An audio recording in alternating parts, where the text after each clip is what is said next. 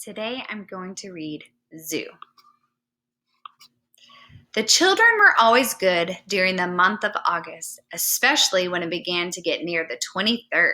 It was on this day that Professor Hugo's Interplanetary Zoo settled down for its annual 6-hour visit to the Chicago area.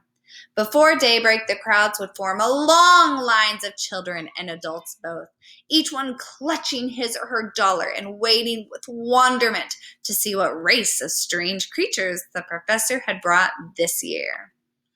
In the past, they had sometimes been treated to 3-legged creatures from Venus, or tall, thin men from Mars, or even snake-like horrors from somewhere more distant.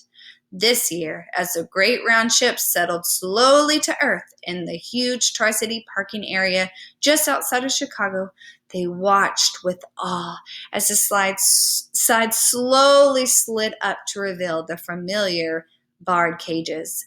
In them were some wild breed of nightmare, small horse-like animals that moved with quick, jerking motions and constantly chattered in a high-pitched tongue. The citizens of Earth clustered around as Professor Hugo's crew quickly collected the waiting dollars, and soon the good professor himself made an appearance, wearing his many-colored rainbow cape and a top hat.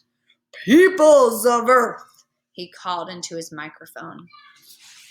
The crowd's noise died down, and he continued, "Peoples of Earth, this year you will see a real treat for your single dollar. The little-known horse spider, people of Con, brought to you across 1,000,000 miles of space at great expense. Gather around, see them, study them, listen to them, tell your friends about them. But hurry, my ship can remain here only 6 hours." And the crowds slowly filed by, at once horrified and fascinated by these strange creatures that looked like horses, but ran up the walls of their cages like spiders. "This is certainly worth $1, one man remarked, hurrying away. "I'm going home to get the wife."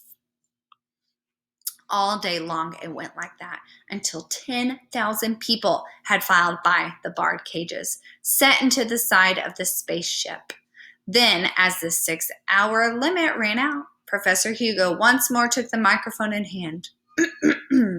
"We must go now, but we will return next year on this date. And if you enjoyed our zoo this year, telephone your friends in other cities about it. We will land in New York tomorrow, and next week on to London, Paris, Rome, Hong Kong, and Tokyo.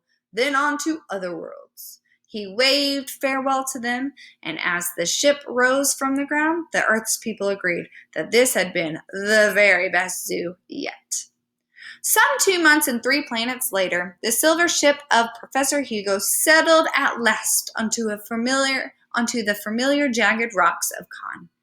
The odd horse spider creatures filed quickly out of their cages. Professor Hugo was there to say a few parting words, and then they scurried away in 100 different directions, seeking their homes among the rocks. In one house, the she creature was happy to see the return of her mate and offspring. She babbled a greeting in the strange tongue and hurried to embrace them. "It was a long time you were gone. Was it good?" And the he creature nodded.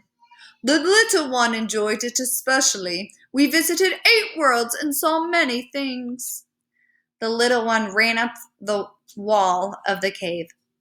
"On the place called Earth, it was the best. The creatures there wear garments over their skins, and they walk on 2 legs. "But isn't it dangerous?" asked the she creature. "No," her mate answered. "There are bars to protect us from them. We remain right in the ship. Next time you must come with us. It was well worth the 19 comics it cost." And the little one nodded. "It was the very best zoo ever.